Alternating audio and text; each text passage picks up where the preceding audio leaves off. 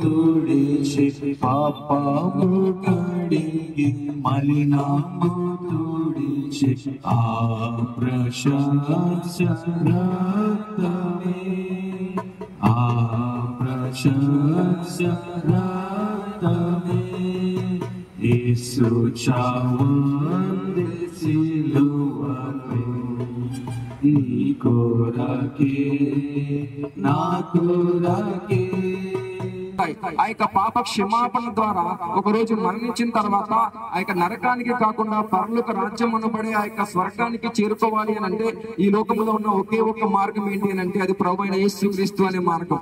ఆయన ఏమని సెలవిస్తున్నాడు అని అంటే నేనే మార్గమును నేనే సత్యమును నేనే జీవమును అని చెప్పి ప్రభువైన యేసుక్రీస్తు సెలవిస్తున్నారు.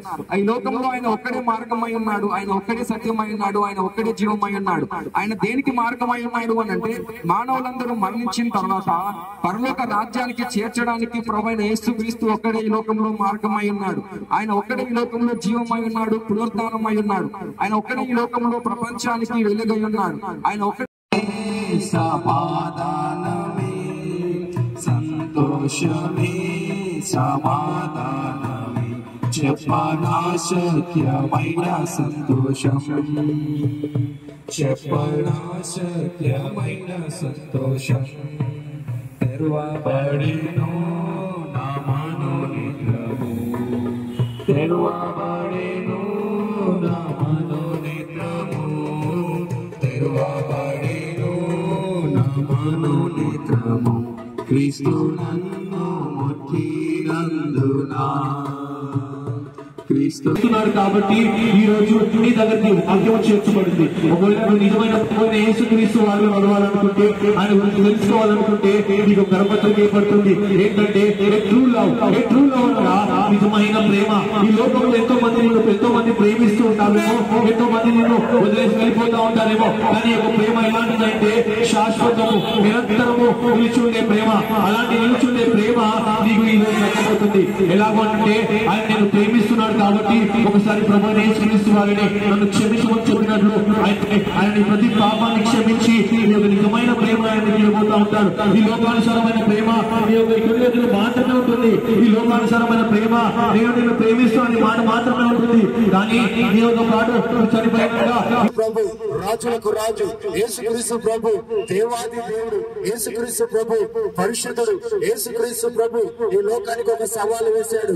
నాలో ఏమైనా పాపం ఉందా అని ఈ ప్రపంచానికి సవాలు వేసిన ఏకైక దేవుడు ఒక్క దేవుడు ఆ క్రీస్తు మాత్రమే. యేసు ప్రభుని నమ్ముకుంటే బ్రతుకులు మారుతాయి. ఈ లోకంలో యేసు ప్రభుని నమ్ముకుంటే ఈ లోకంలో బ్రతుకులతో పాటు ఆ నిత్య రాజ్యం, ఆ పరలోక రాజ్యం, ఆ మోక్షాన్ని పొందుకుంటాం. నైడే అమ్మా, అక్క, చెల్లి, అమ్మా, అయ్యా మేము ఎందుకు ఇంత ప్రయాసపడి మీకు ఈ విషయాలు చెబుతున్నామంటే యేసు ప్రభుని మేము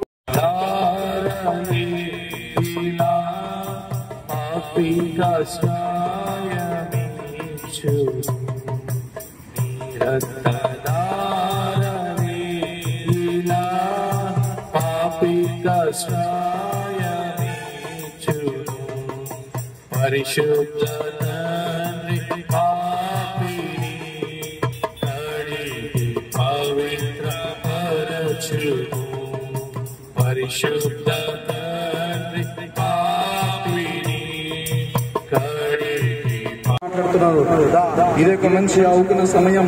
ఈ సమయాన్ని నేను సౌఖ్యం చేసుకోవాలైతే పరలోక రాజ్యానికి చేరబడతావు. ఎందుకంటే మిత్రమా సమయం లేదు.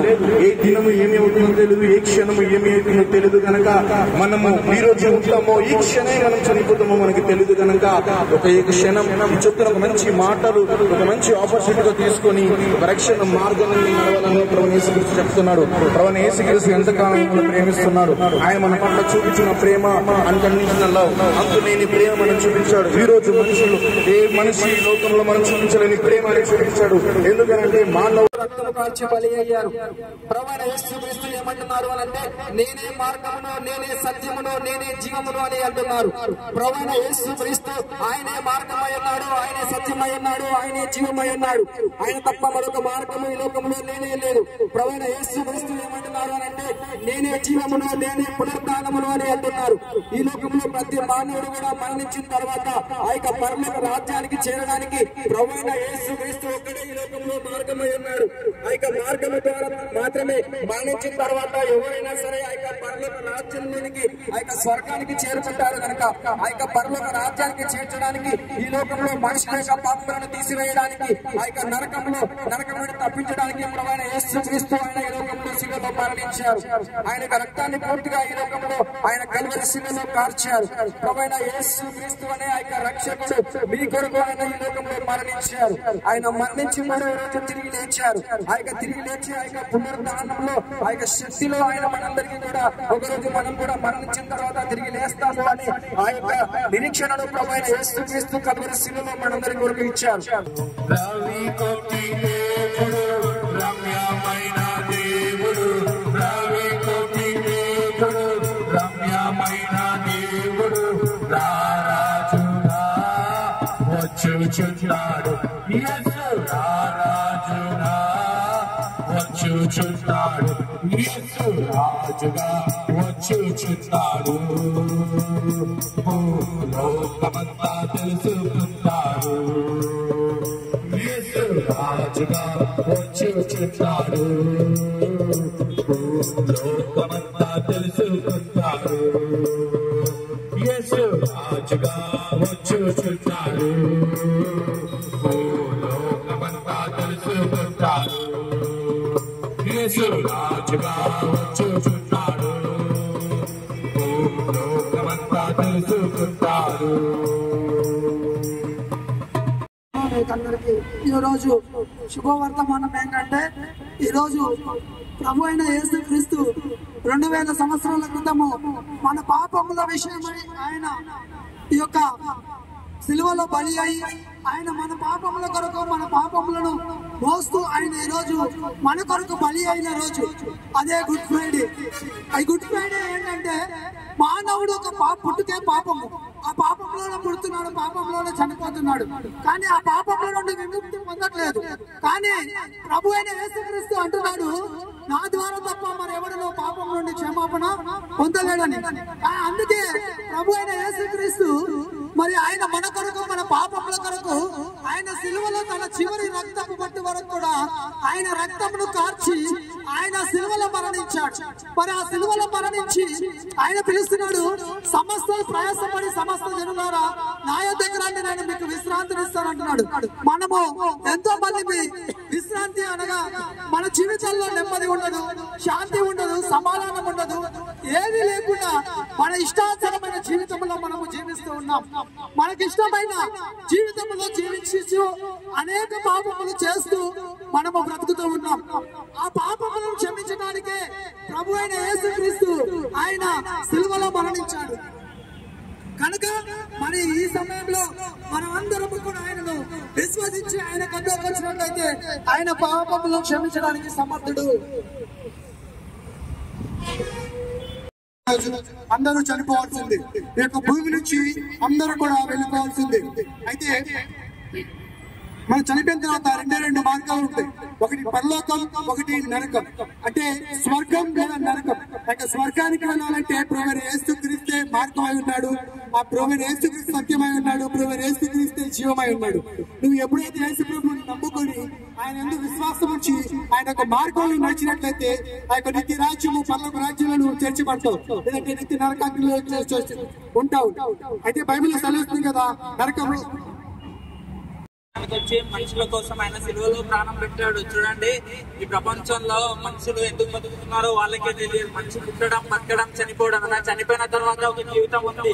ఆ జీవితం ఇచ్చేదే ప్రభు అయిన యేసుక్రీస్తు. అందరం పాపం, దేవుని వాక్యం చెప్తుంది, ఏ భేదం లేదు, అందరు పాపం చేసి దేవుడు అనుగ్రహించిన మహిమను పొందలేకపోతున్నాం. ఒకసారి దయచేసి చూడండి, చనిపోయిన తర్వాత జీవితం ఉంది. ఆ జీవితాన్ని ఇచ్చేవాడే ప్రభు అయిన యేసుక్రీస్తు. దేవుడి జీవితాన్ని మీ అందరికీ ఒక గొప్ప శుభవార్తని తెలియజేయాలనుకుంటున్నాను. ఈరోజు మహా సంతోషమైన మంచి శుక్రవారం అంటే ఈ శుక్రవారం నుంచి ఏంటంటే గుడ్ ఫ్రైడే అంటే ఈ రోజు మనందరి కోసం మన పాపాల కోసం యేసే చనిపోవడం జరిగింది. మన పాపాల కోసం ఆయన చనిపోయి మనందరి కోసం. ఆయన ఎందుకు చనిపోయాడు అంటే మొదటిగా మనం ప్రేమించాడు కాబట్టి ఈరోజు మన కోసం చనిపోయాడు. చనిపోవడానికి కారణం అదే. ఆయన ఎందుకు చనిపోయాడంటే ఎంతో ప్రేమించాడు. ఈ లోకంలో బంగారం, కారు, అన్నిటికంటే ఎక్కువగా యేసుని ప్రేమించాడు. కాబట్టి నీకోసం నా కోసం ఆయన చనిపోయాడు. గుర్తుపెట్టుకోండి, ఈ లోకంలో ఎవరిని ఎక్కువ కొంతకాలమే ప్రేమిస్తారు.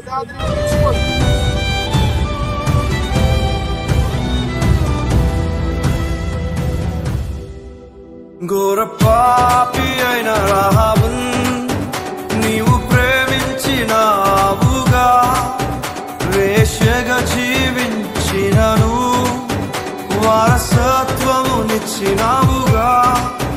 ఘోర పాపి అయిన రాహాబున్ నీవు ప్రేమించినావుగా, వేశ్యగా జీవించినను వారసత్వమునిచ్చినావుగా. నా పాపమై నా శాపమై మరణించిన నా యేసయ్యా, నా నీతి అయి నిత్య శాంతి అయి నా తోడుండు నా దైవమా. నా పాపమై నా శాపమై నీ శాపమై నీ కొరకే